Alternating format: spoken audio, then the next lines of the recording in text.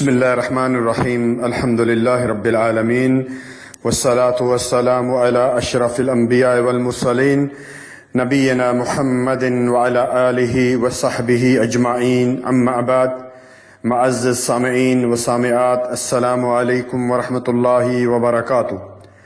آج کی اس جو ہے مجلس یا درس کا جو عنوان ہے وہ ہے ماہ شعبان میں کرنے والے اعمال اور شب برات کی حقیقت۔ آئیے اب پہلے سنتے ہیں کہ اس میں ماہ شعبان میں کون کون سے کرنے والے اعمال ہیں۔ چنانچہ عائشہ رضی اللہ تعالی عنہا بیان کرتی ہیں، فرماتی ہیں وما رأیت رسول اللہ صلی اللہ علیہ وسلم استکمل صیام شہر قط الا رمضان وما رأیت فی شہر اکثر منہ صیاما فی شعبان متفق علیہ۔ فرماتی ہے کہ میں نے نبی صلی اللہ علیہ وسلم کو نہیں دیکھا کہ آپ نے کبھی رمضان کے علاوہ کسی مہینے میں مکمل روزے رکھے ہوں، اور نہ دیکھا کہ کسی مہینے میں شعبان سے زیادہ روزے رکھے ہوں۔ دوسری حدیث اس کے راویہ ہیں ام المؤمنین ام سلمہ رضی اللہ تعالی عنہا، فرماتی ہیں ما رأیت النبی صلی اللہ علیہ وسلم یصوم شہرین متتابعین الا شعبان و رمضان، رواہ احمد، نسائی، ترمذی۔ نسائی کی حدیث نمبر 2174 ہے اور ترمذی کی حدیث نمبر ہے 736۔ فرماتی ہے کہ میں نے نبی صلی اللہ علیہ وسلم کو شعبان اور رمضان کے علاوہ کسی دوسرے دو مہینوں میں مسلسل روزے رکھتے نہیں دیکھا۔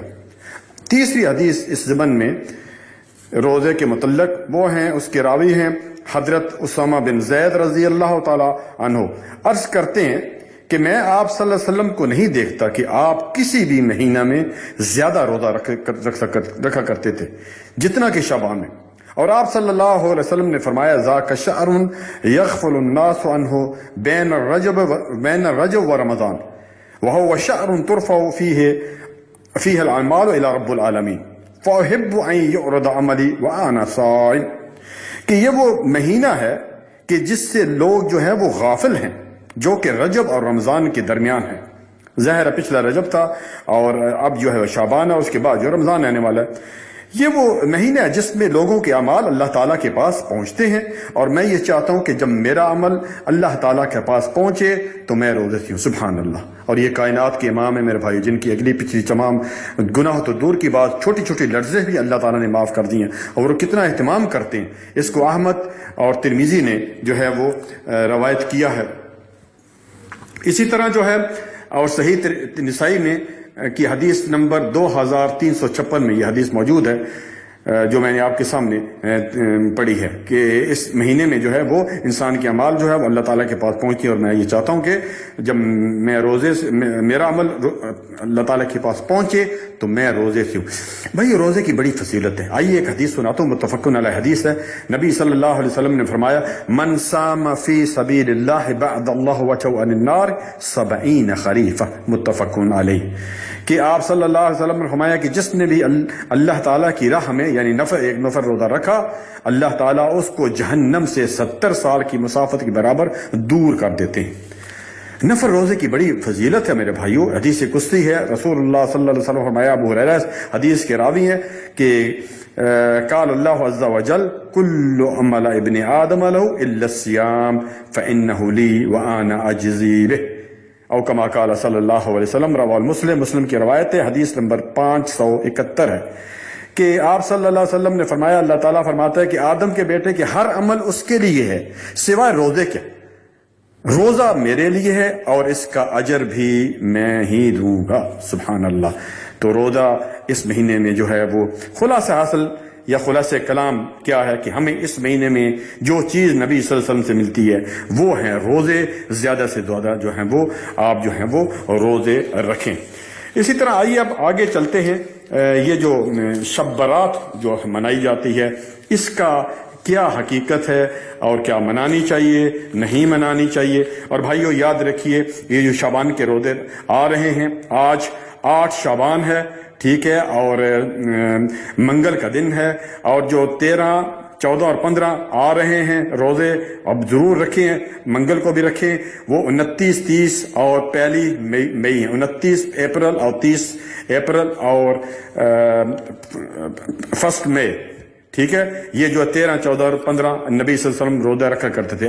شب برات کی کیا عقیدت ہے بھائی؟ یاد رکھیے، شب کو عید کی طرح منانا، اسی طرح خاندان کے فوت شدہ لوگوں کے من پسند کھانے کھانا، مٹھائیاں، حلوے مانڈے اور دیگر اشیاء بنانے کا اہتمام کرنا، گھروں کے مخصوص جگہوں پر رکھنا ان کو، تاکہ گھروں میں ان کی روحیں آئیں گی اور اپنے پسند کا کھانا کھائیں گی۔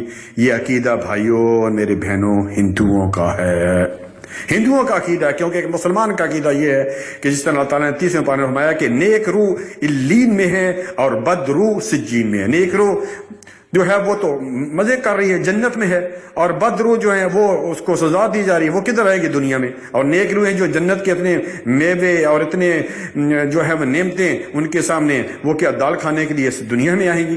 اسی طرح گھروں، چھتوں، مکانوں، مسجدوں، درختوں اور قبرستانوں کو چراغاں کرنا، پٹاخے چھوڑنا اور آتش بازی کرنا کسی لحاظ سے بھی جائز نہیں ہے میرے بھائیوں۔ اور یہ زیادہ تر پاکستان، انڈیا، بنگلہ دیش ہے، اور یہ زیادہ تر ایشیوں سے یہ چیزیں آئی ہیں۔ اسی طرح یہ آتش بازی، پٹاخے، چراغاں اور ہندوؤں اور مجوسوں اور آتش پرستوں کی طرح یہ کیا ہے؟ یہ عیسائیوں کی نقل ہے۔ اور رسول اللہ صلی اللہ علیہ وسلم نے کیا فرمایا کہ من تشبہ بقوم فہو منہم، جس نے کسی قوم کی مشابہت کی وہ انہی میں سے ہوگا، قیامت والے دن انہی کے ساتھ اس کا حشر ہوگا۔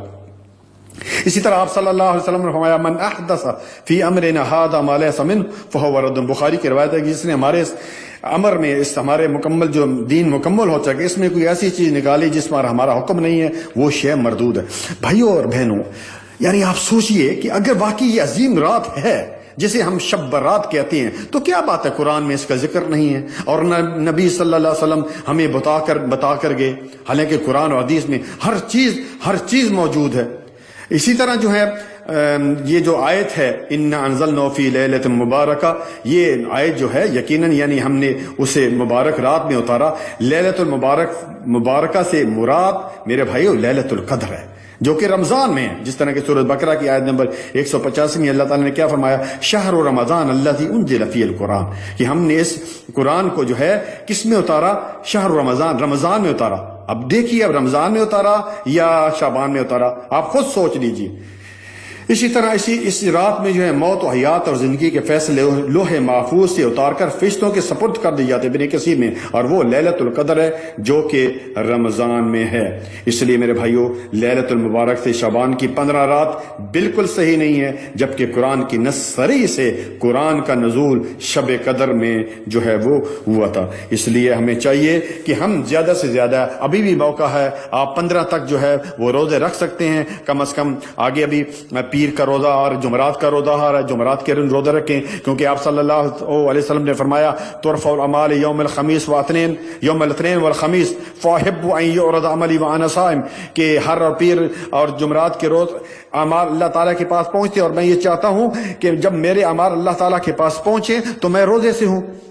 عظیم عبادت، اس کو چھوڑ کر ہم اسی طرح آگ سے کھیلنا۔ نبی صلی اللہ علیہ وسلم تو فرما رہے ہیں اتقوا النار ولو بشق تمرہ، بخاری کی روایت ہے کہ آگ سے بچو، خواہ کھجور کا ٹکڑا دے کر بچ سکتے ہو اس جہنم کی آگ، اور ہم آگ کے ساتھ کھیلتے ہیں اور قبرستان کو روشن کرتے ہیں اور دیے جلاتے ہیں اور اگر بتیاں جلاتے ہیں اور اس طرح جو ہیں وہ یہ جو چیزیں کرتی ہیں۔ اور اسی طرح جو ہے رات کو جو ہے یہ جو ایک اور بات یاد آ گئی، باقی نصف شعبان یعنی 15 شعبان کی رات قیام جھوٹی اور من گھڑت روایتوں کی بنیاد بنا کر مختلف قسم کی مخصوص عبادتیں انجام دینا، یہ بھی صحیح نہیں ہے۔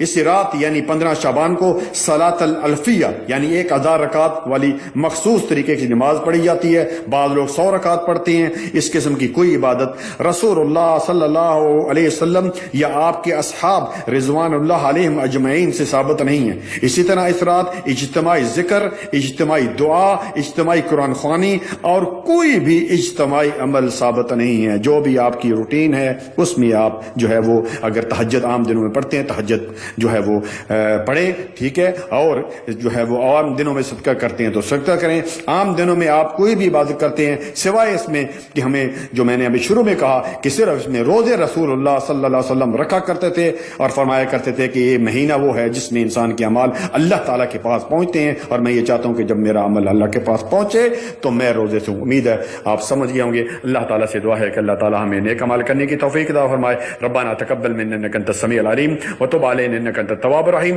سبحان ربك رب العزة عما يصفون والسلام على المرسلين والحمد لله رب العالمين. والسلام عليكم ورحمة الله وبركاته. اللہ کے دین کی دعوت اور لوگوں تک پہنچانے کے لیے اس ویڈیو کو ضرور لائک، شیئر، کمنٹ اور سبسکرائب کریں.